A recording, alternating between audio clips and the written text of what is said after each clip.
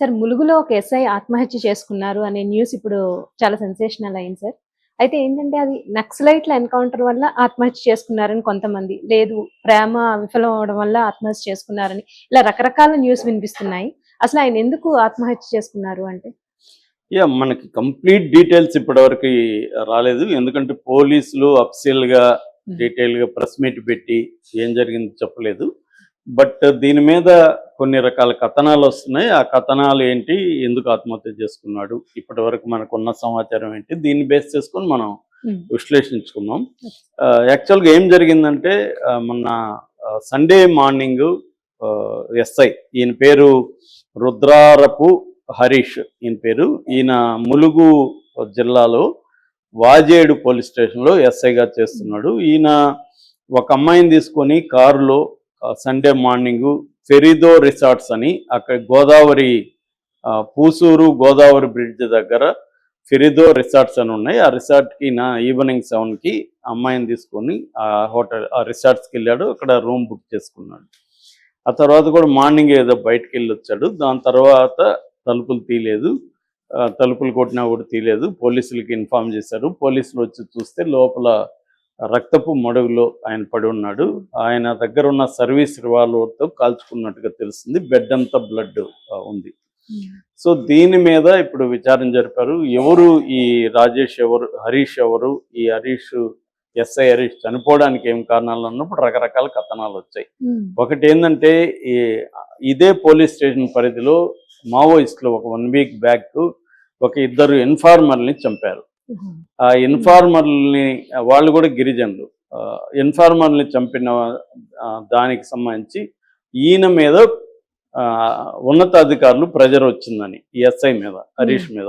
అంటే మావోయిస్టులను పట్టుకోవడంలో, ఇన్ఫార్మర్ని చంపకుండా ఆపడంలో ఇతని ఫెయిల్యూర్ అయ్యాడని ప్రెజర్ వచ్చిందనేది ఒక విషయం. దాని తర్వాత ఈయన ఎప్పుడైతే వెళ్ళాడో అదే రోజు మావోయిస్టులు 7 మంది ఎన్కౌంటర్ జరిగి చనిపోయారు ములుగు జిల్లాలో. సో ఆ ఎన్కౌంటర్ వల్ల ఈయన మనస్తాపం చెంది చనిపోయాడు అనేది ఒక వెర్షన్ ఫస్ట్లో వచ్చింది. ఆ ఎన్కౌంటర్ పట్ల ఈయన మనస్తాపం చెందాడు. దాన్ని ఎక్స్ప్లెయిన్ చేయట్లే, ఎందుకు మనస్తాపం చెందాడు, ఈయన ఏమన్నా మావోయిస్టులకు ప్రోగా ఉన్నాడా? ప్రోగా ఉంటేనే కదా మనస్తాపం. లేకపోతే ఇప్పుడు మావోయిస్టులు బంధువులు కానీ ప్రోగా ఉన్న వాళ్ళు కూడా ఎవరు ఆత్మహత్యలు చేసుకోవచ్చు. మావోయిస్ట్ ఎన్కౌంటర్ ఈయన ఎందుకు చేసుకున్నాడు ఎవరు చెప్పట్లేదు. తర్వాత వేరే కథనాలు బయటకు వచ్చాయి. అదేంటంటే వీళ్ళ ఇంట్లో వాళ్ళకి గొడవలు ఉన్నాయని, దానివల్ల ఆత్మహత్య చేసుకున్నాడని రెండో కథనం వచ్చింది. మూడో కథనం ఇతను ఆత్మహత్య చేసుకోవడానికి ఒక అమ్మాయే కారణం అని మూడో కథనం వచ్చింది. ఈ కొద్దిగా ఆధారాలను పరిశీలిస్తే ఈ మూడో కథనం కొద్దిగా వాస్తవానికి దగ్గరగా ఉంది. ఎందుకంటే సీసీటీవీ ఫుటేజ్లో ఆయన డెడ్ బాడీ మీద ఒక అమ్మాయి పడుకొని ఏడుస్తూ ఉంది. ఆ విజువల్ బయటకు వచ్చింది. రెండోది ఈయన అమ్మాయిని తీసుకొని వెళ్ళాడు, బుక్ చేశాడు రూమ్. అమ్మాయి అతనితో ఉంది. సో దీన్ని బేస్ చేసుకొని విచారిస్తే ఈ సోషల్ మీడియాలో ఒక అమ్మాయి పరిచయం అయింది. ఆ అమ్మాయితో ఇతనికి స్నేహం మొదలైంది. ఈ క్రమంలో వాళ్ళ ఇంట్లో వాళ్ళు ఒక అమ్మాయిని 10 రోజులకు ముందే పెళ్లి చూశారు. అది 6వ తేదీ నిశ్చితార్థం కూడా ఉంది, ఈ నెల 6వ తేదీ. ఈ క్రమంలో ఈ అమ్మాయి ఇతన్ని హరాస్ చేయడం మొదలుపెట్టింది. నువ్వు కానీ అమ్మాయిని పెళ్లి చేసుకుంటే నేను నీది బయట పెడతాను అని వేధించడం మొదలుపెట్టింది. సో దాంతో ఆ అమ్మాయితో మాట్లాడడానికే ఈయన బుక్ చేసుకున్నాడు రూము. మాట్లాడి సమస్య సాల్వ్ చేసుకుందాం అనేది ఆయన ప్లాన్. కానీ ఈ అమ్మాయి ఒప్పుకోలేదు. ఒప్పుకోకుండా బెదిరించడం మొదలు పెడితే వీరిద్దరి మధ్య హీటెడ్ ఆర్గ్యుమెంట్ జరిగింది. ఆ హీటెడ్ ఆర్గ్యుమెంట్లో ఈయన స్పర్ ఆఫ్ ద మూమెంట్లో గన్ను తీసుకొని కాల్చుకునేసాడు అనేది కథనం ఇప్పుడు లేటెస్ట్గా. ఇది కొద్దిగా వాస్తవానికి దగ్గరగా అనిపిస్తుంది. ఎందుకంటే ఆ అమ్మాయి రావడం, అమ్మాయి శవం మీద పడి ఏడుస్తుండడం అనేది. ఇప్పుడు ఆ అమ్మాయిని కూడా అదుపులోకి తీసుకున్నారని చెప్తున్నారు. అంటే ఇది పోలీస్ డిపార్ట్మెంట్ వ్యవహారం కాబట్టి మామూలుగా వేరే వాళ్ళదైతే ఈ పార్టీకి పోలీసులు అఫీషియల్గా కథనం చెప్పేసేవాళ్ళు.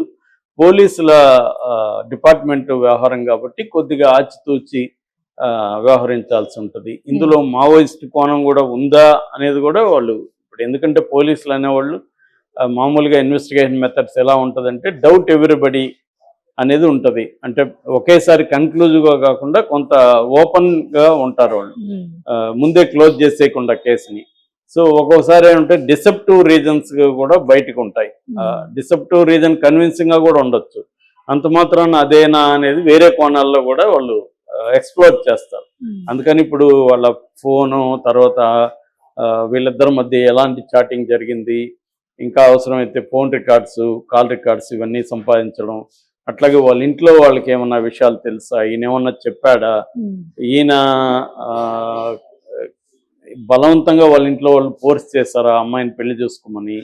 ఎందుకంటే కొత్తగా ఇంటి నిర్మాణం కూడా జరుగుతుంది. వీళ్ళ ఊరు కొత్తపల్లి మండలంలో వెంకటేశ్వర్లపల్లి, జయశంకర్ భూపాల్ జిల్లా అన్నమాట. అక్కడ కొత్త హౌస్ కూడా వీళ్ళది కన్స్ట్రక్ట్ అవుతుంది.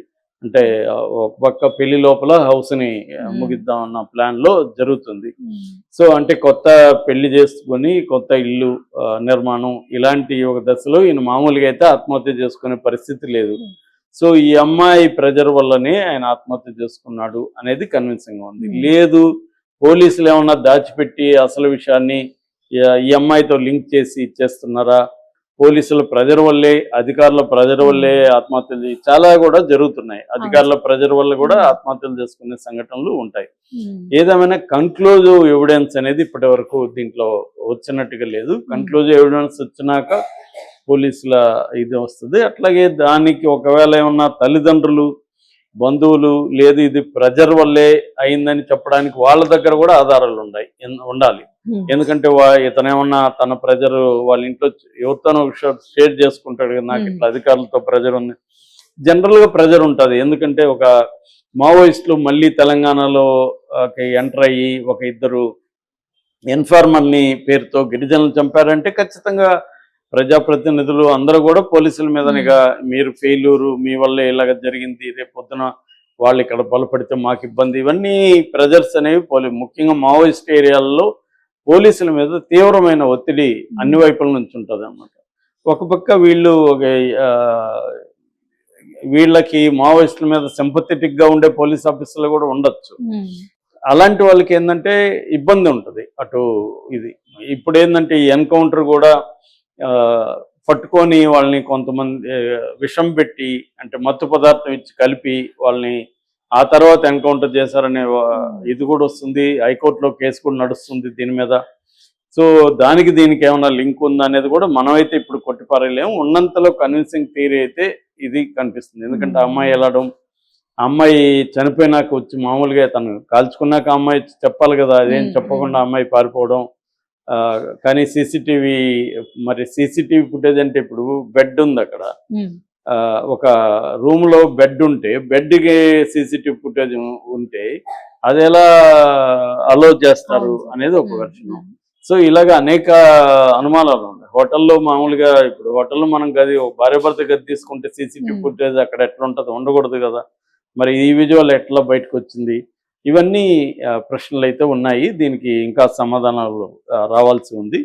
ఏదేమైనా తెలంగాణలో ఇటీవల పరిణామాలు అంటే ఒక 2 రోజుల గ్యాప్ లోనే ఒక ఎస్ఐ ఆత్మహత్య చేసుకున్నాడు, ఒక మహిళా కానిస్టేబుల్ని వాళ్ళ సొంత తమ్ముడే చంపేశాడు. అది కూడా సర్ప్రైజింగ్ అనమాట. సొంత తమ్ముడు చంపేయడం కనుక దాని వెనక కూడా ఆస్తి గొడవలు ఉన్నాయని చెప్తున్నారు. ఎందుకంటే ఆమె హైతనగర్లో శ్రీకాంత్ అనే అతన్ని ఈమె పెళ్లి చేసుకుంది. ఈమె పేరు నాగమణి, కానిస్టేబుల్, లేడీ కానిస్టేబుల్. ఈ మధ్యన ఆమెకి జాబ్ వచ్చింది. వీళ్ళిద్దరికి ఎప్పటి నుంచో పరిచయం ఉంది. వీళ్ళకి అమ్మ నాన్న లేకపోతే వాళ్ళ తమ్ముడు పరమేశ్ ఈమెను హెల్ప్ చేసి చేశాడు. అయితే ఈమెకు వారసత్వంగా వచ్చిన ఆస్తిని తమ్ముడికి ఇచ్చేసింది. ఈ లోపల ఆమె పెళ్లి, అంతకుముందు ఒక పెళ్లి జరిగింది ఆమెకి, ఆ పెళ్లి విడాకులైంది. ఈ సందర్భంగా ఆమె మన వారసత్వ ఆస్తిని తమ్ముడికి ఇచ్చేసింది. ఇప్పుడు 2వ వ్యక్తిని పెళ్లి చేసుకునింది. ఈ మధ్యన వాళ్ళు హైతనగర్లో కాపురం పెట్టాడు. ఇప్పుడేమో ఆమె నా ఆస్తి నాకు